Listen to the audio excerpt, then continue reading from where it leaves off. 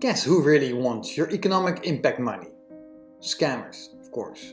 In the midst of the current COVID-19 pandemic, it is also tax season. And while you're waiting to hear about your economic impact payment, criminals are working hard to trick you into getting their hands on it. Don't let them. The IRS issued these clues for spotting scammers. Watch out for robocalls and phishing emails.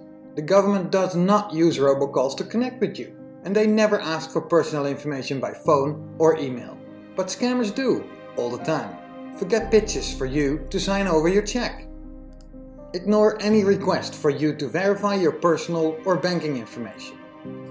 Ignore any pitch to speed up your economic impact payment or tax refund. If you get a check that requires you to call a number before you cash it, forget it. So what is legit?